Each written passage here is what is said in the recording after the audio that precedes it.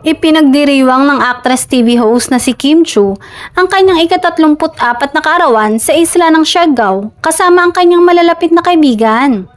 Kasabay nga rin ng birthday ni Kim ay ang ganap na bisperas ng kasal ni Angelica.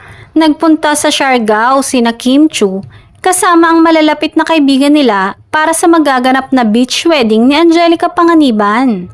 At bilang pagdiriwang sa kaarawan ni Kim, sinurpresa siya ng kanyang mga kaibigan na siyang ikinatuwa naman ng aktres. Hinahanap ng netizens ang naliling kay Kim na si Paolo Avellino dahil wala ito sa birthday celebration ng Chinita Princess.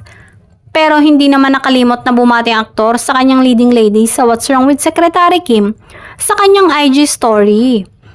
Unang bumati kay Kim ang kanyang co-star sa seryeng What's Wrong with Secretary Kim na si Paolo Avellino.